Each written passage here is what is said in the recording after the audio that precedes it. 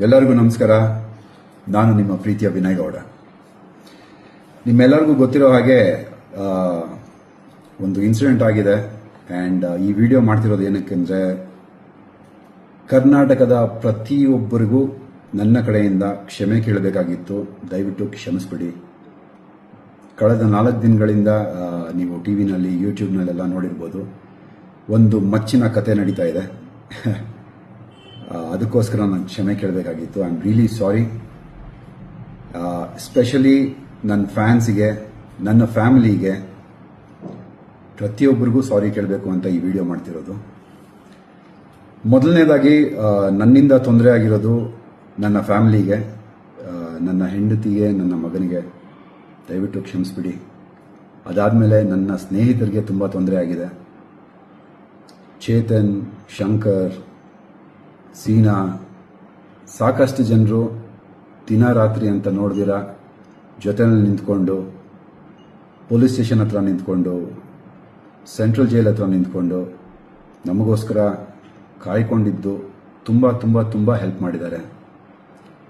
ನಮ್ಮ ಅಕ್ಕ ಅಪರ್ಣಕ ಮತ್ತು ನಮ್ಮ ಭಾವ ತುಂಬ ಓಡಾಡಿದ್ದಾರೆ. ಈ ಒಂದು ಪ್ರಕರಣಕ್ಕೆ ತುಂಬ ಹೆಲ್ಪ್ ಮಾಡಿದ್ದಾರೆ. ಆ್ಯಂಡ್ ನನ್ನ ಪ್ರೀತಿಯ ಮಾಧ್ಯಮ ಮಿತ್ರರಿಗೆ ಕ್ಷಮೆ ಕೇಳಬೇಕಾಗಿದೆ. ದಯವಿಟ್ಟು ಕ್ಷಮಿಸ್ಬಿಡಿ. ನನ್ನಿಂದ ತಪ್ಪಾಗಿದೆ ಅಂದರೆ ಒಂದು ಮಾಡಬಾರ್ದಂಥ ಒಂದು ಮಚ್ಚನಿಟ್ಕೊಂಡು ಮಾಡಿರೋ ವಿಡಿಯೋ ಇಂದ ಇಷ್ಟೆಲ್ಲ ತೊಂದರೆ ಆಗಿದ್ದು. ಸೊ ದಯವಿಟ್ಟು ಕ್ಷಮಿಸಿ. ನಿಮಗೆಲ್ಲರಿಗೂ ತೊಂದರೆ ಕೊಟ್ಟೆ. ಈ ಒಂದು ವಿಷಯ ತುಂಬ ದೊಡ್ಡದಾಗಿ ಬ್ಲೋ ಅಪ್ ಆಗುತ್ತೆ ಅಂತ ನನಗೆ ಗೊತ್ತಿರಲಿಲ್ಲ. ಸೊ ಇಷ್ಟು ದೊಡ್ಡದಾಗಿರೋ ವಿಷಯ ನಂದು ತಪ್ಪಿದೆ, ಇಲ್ಲ ಅಂತ ಹೇಳ್ತಿಲ್ಲ. ಬಿಕಾಸ್ ನನ್ನ ಎಚ್ಚರಿಕೆನಲ್ಲಿ ನಾನು ಇರಬೇಕಾಗಿತ್ತು. ಈ ಥರ ಒಂದು ಇನ್ಫಾರ್ಮೇಷನ್ನ ನನ್ನ ಫಾಲೋವರ್ಸ್ಗೆ ನಾನು ಕೊಡಬಾರ್ದಾಗಿತ್ತು. ದಯವಿಟ್ಟು ಕ್ಷಮಿಸ್ಬಿಡಿ. ಆ್ಯಂಡ್ ಸಾಕಷ್ಟು ಸಪೋರ್ಟು ಮಾಡಿದ್ದೀರಾ. ನನ್ನ ಬಗ್ಗೆ ಮಾತಾಡಿರುವಂಥ ಮಾತುಗಳನ್ನೆಲ್ಲ ನೋಡಿದೆ. ನನಗೇನು ಬೇಜಾರಾಗಿಲ್ಲ. ನೀವು ಮಾಡಿರೋದು ನಿಮ್ಮ ಕೆಲಸ. ನನ್ನ ಕಡೆಯಿಂದ ಕ್ಷಮೆ ಇರಲಿ ಅಂತ ನಾನು ಕೇಳ್ತಾ ಇದ್ದೀನಿ.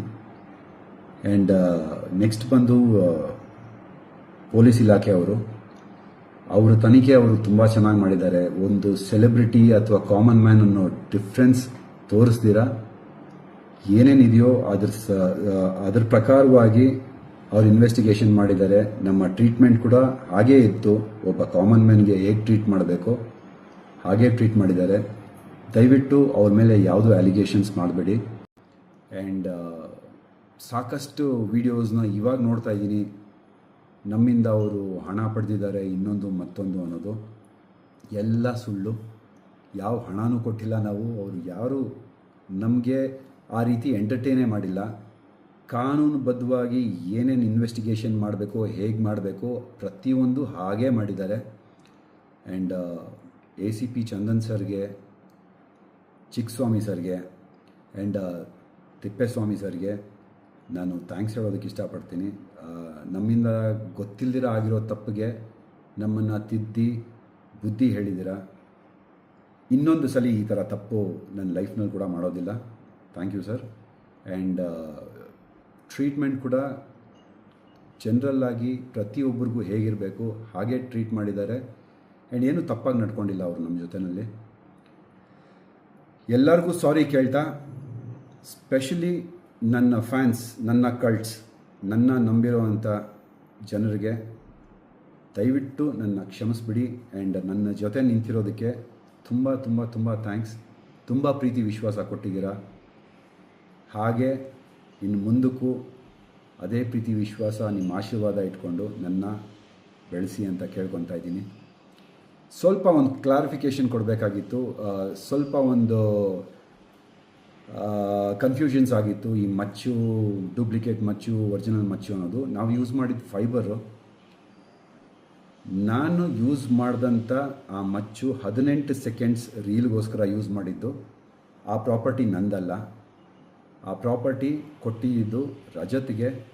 ನನಗೆ ಕೊಟ್ಟಂಥ ಕ್ಯಾರೆಕ್ಟರ್ ಬಂದು ಪುಷ್ಪಾ ಕ್ಯಾರೆಕ್ಟರ್. ನನ್ನ ಪ್ರಾಪರ್ಟಿ ಬಂದು ಒಂದು ಪಾನ್ ಬೀಡ ಆಗಿತ್ತು.